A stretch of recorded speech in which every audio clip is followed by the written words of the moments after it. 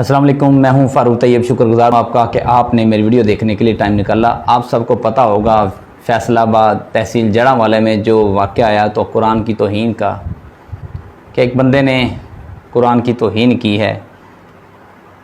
بیان کرنے والا جس نے بیان کیا کہتا میں گھر آیا تو دیکھا ہمارے کے گھر کے دروازے پہ قرآن مجید پڑا ہے اور ایک اشتہار ہمارے دروازے پہ لگا ہے، یعنی کہ قرآن پہ تصویریں لگی ہیں۔ تو یہ واقعہ اس نے سنایا۔ اس نے یہ سارے ثبوت اکٹھے کیے، اپنے مسجد کے امام صاحب یا قاری صاحب مولوی صاحب کے پاس چلا گیا۔ اب جب مولوی صاحب کے پاس یہ گیا تو مولوی صاحب کو تھوڑی سی عقل استعمال کرنی چاہیے تھی، جو اس نے شاید نہیں کی۔ تفصیلات کے مطابق اس نے مسجد میں کے اسپیکر میں اعلان کیا کہ ہمارے قرآن کی توہین ہو رہی ہے، آؤ کر باہر نکلو، اکٹھے ہو جاؤ، جلاؤ کرو، گراؤ کرو، جو اس نے ٹھیک ہے اشتعال دلایا، جو نہیں کرنا چاہیے تھا۔ چاہیے تو تھا کہ یہ تھانے جاتا، ایف آئی آر درج کرواتا مقامی تھانے میں جا کے، تو جب یہ بات نہ بنتی تب یہ کام کرتا۔ ہوا یوں کہ احتجاج ہوئے، بڑا کچھ ہوا، پھر ایف آئی آر بھی درج ہو گئی۔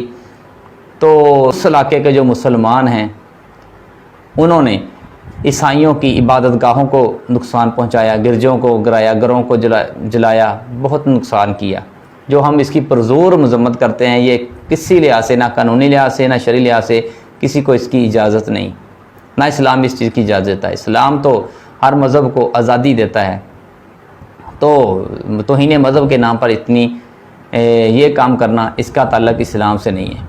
دوسری بات یہ بھی کہوں گا کہ یہ وجہ اکثر میں جو سوچتا ہوں کہ یہ کیوں واقع پیش آتے ہیں۔ اصل میں ہمارے قانون، پاکستان میں قانون موجود ہے، لیکن جب اس طرح کے لوگ ہیرو بن کے باہر چلے جاتے ہیں، ان کو آزادی مل جاتی ہے، رہائی مل جاتی ہے، تو ہمارے مسلمانوں کا کچھ اعتماد ہی نہیں رہا ہمارے قانون پر۔ وہ خود ہی فیصلہ ہاتھ میں لے لیتے ہیں کہ انہوں نے کرنا نہیں۔ آپ کو پتہ ہے آسیہ کا کیس آیا، آسیہ ملونہ کو یہ فیصلہ ہونے کے بعد بھی اس کو آزاد کر دیا گیا۔ تو یہ واقعات، اس بارے میں حکومت کو بھی، ہمارے اداروں کو بھی سوچنا چاہیے، ہمارے قانون پہ اتنی مضبوطی ہونی چاہیے۔ جو ایسی حرکت کرتا ہے، گندی حرکت کرتا ہے، تو اس کی مذمت کے ساتھ ساتھ ان کو سزا بھی دینی چاہیے۔ اور میں اپنی عیسائی برادری سے بھی کہتا ہوں کہ آپ کے مذہب میں، آپ کے دین میں اگر کوئی ایسا بندہ ایسا ہے جو ویزے کے لیے، ہیرو بننے کی خاطر، شہرت کے لیے اس طرح کی حرکت کرتا ہے، آپ بھی پرزور مذمت کریں۔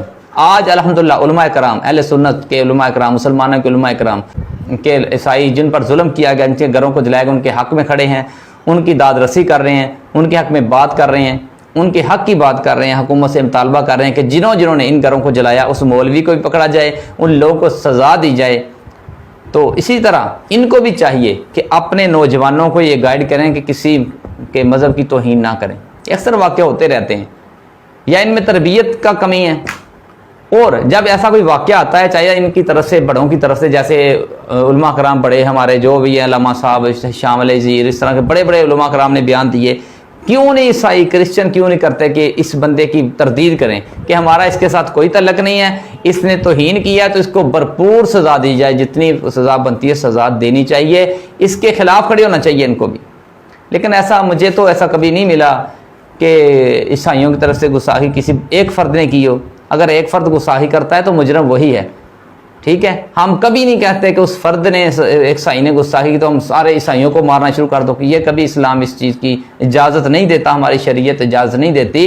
اسی طرح اگر ان نام نہاد مسلمانوں نے یہ کام کیا ہے، ان کے گھر جلائے ہیں، ان کی عبادت گاہوں کو نقصان پہنچایا ہے، یا آسمانی کتاب بائبل کی توہین کی ہے، وہ ان کا تعلق مسلمانوں سے نہیں ہے، ٹھیک ہے۔ کبھی بھی مسلمان اس کی سپورٹ نہیں کرتے۔ کوئی عالم دین ہے کوئی اس کے حق میں بات کرے کہ وہ جہاد کر رہے ہیں؟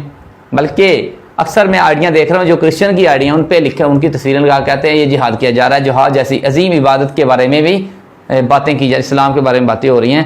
میں آپ سب عیسائی برادری کو بھی کہتا ہوں کہ ہم تو پرزور مذمت کرتے ہیں، ان لوگوں کو جتنی ہو سکتی سزا دی جائے، اور جس نے توہین کی ہے ساتھ ہم مسئلہ وہ بھی لے کے چلتے ہیں، وہ توہین ہوئی ہے تو اس کو بھی جتنی ہو سکتا سزا کی ہے، اس کو کیوں نہیں سزا دی جاتی، اس کو بھی گرفتار کیا جائے۔ ہم سب مسلمان مل کے اس کے خلاف یہ آواز اٹھاتے ہیں، اس کو جتنی ہو سکتی اتنی عبرتناک سزا دی جائے، کسی کو اتنی جرت نہ ہو کہ ایسا کام کرے۔ آج تک پتہ کتنی پاکستان میں سزائیں ہوئی ہیں جنہوں نے توہین کی ہے، زیادہ تو یہاں سے ہیرو بن کے نکل گئے۔ یہ ہمارے قانون میں بھی کمی ہے، ہمارے اداروں میں بھی کمی ہے پھر جب یہ واقعہ آیا کہ لوگ بتا رہے ہیں کہ پولیس نہیں آئی ادھر، یہ کچھ ہو رہا ہے، پولیس گھر میں سوئی ہوئی ہے. یہ ایک جس نے یہ کام کیا ہے اس نے صرف ایک اقلیتوں کے درمیان جو پاکستان میں مسلمانوں عیسائیوں کے محبت قائم ہے، ایک الفت قائم ہے، ایک رشتہ قائم ہے، یہ ان کے درمیان فرق ڈالنے کی کوشش کی گئی ہے، پاکستان کو بدنام کرنے کی سازش ہے. پاکستان کے حالات پہلے سے اتنے بگڑے ہوئے ہیں، اس طرح کے حرکت کرنے والے بندے نے صرف توہین نہیں کی، اس نے امن بھی تباہ کیا ہے پاکستان کا. یہ جو کچھ بھی ہوا ہے اس بندے کی وجہ سے ہوا ہے. پہلے تو اس کو سزا دی جائے، اتنی عبرتناک سزا دی جائے، پوری دنیا دیکھے. اس کے بعد ان لوگوں نے، اس مولوی صاحب نے جو کام حرکت کی ہے، ان کو بھی سزا دی جائے. اور ان کی دادرسی بھی ہم کرتے ہیں ان عیسائی برادران سے کہ ہمیں بہت شرمندہ ہیں ہم کہ جن لوگوں نے یہ کام کیا. میں سوچتا ہوں کہ جو یہ کام کرتے ہیں شاید انہوں نے کبھی قرآن نہ پڑھا ہو. اتنی قرآن کی عزت کرنے والے گھر میں قرآن پڑھا ہوتا ہے، مٹی نہیں صاف کرتے اس کی. گھر میں کبھی وضو کر کے قرآن کو چھونے کی ہمت نہیں کرتے، قرآن نہیں پڑھتے. کئی سالوں سے گھر میں قرآن پڑھا ہے، قرآن کا ایک لائن بھی نہیں آتی ان کو. یہ بنے پھرتے دین کے دعوے دار، یہ سب جذباتی لوگ ہوتے ہیں، ان کا دین سے کوئی تعلق نہیں، اس سے مسلمانوں کا قطعی تعلق نہیں. اگر ان لوگوں نے ایسا کیا اس کا مطلب یہ نہیں کہ مسلمانوں نے کا قصور ہے، اس میں مسلمان قصوروار نہیں ہے. اگر اس قاری صاحب نے، اس مولوی صاحب نے ایک ایسا بیان دیا، ایسا اعلان کیا، تو اس سے مراد یہ نہیں کہہ سکتے ہم سارے مولوی ایسے ہیں، اب سارے مولوی ان کے خلاف کھڑے ہیں. اللہ تعالی ہمیں ان جیسے فتنوں سے محفوظ فرما. بہت شکریہ ناظرین کا. اللہ حافظ.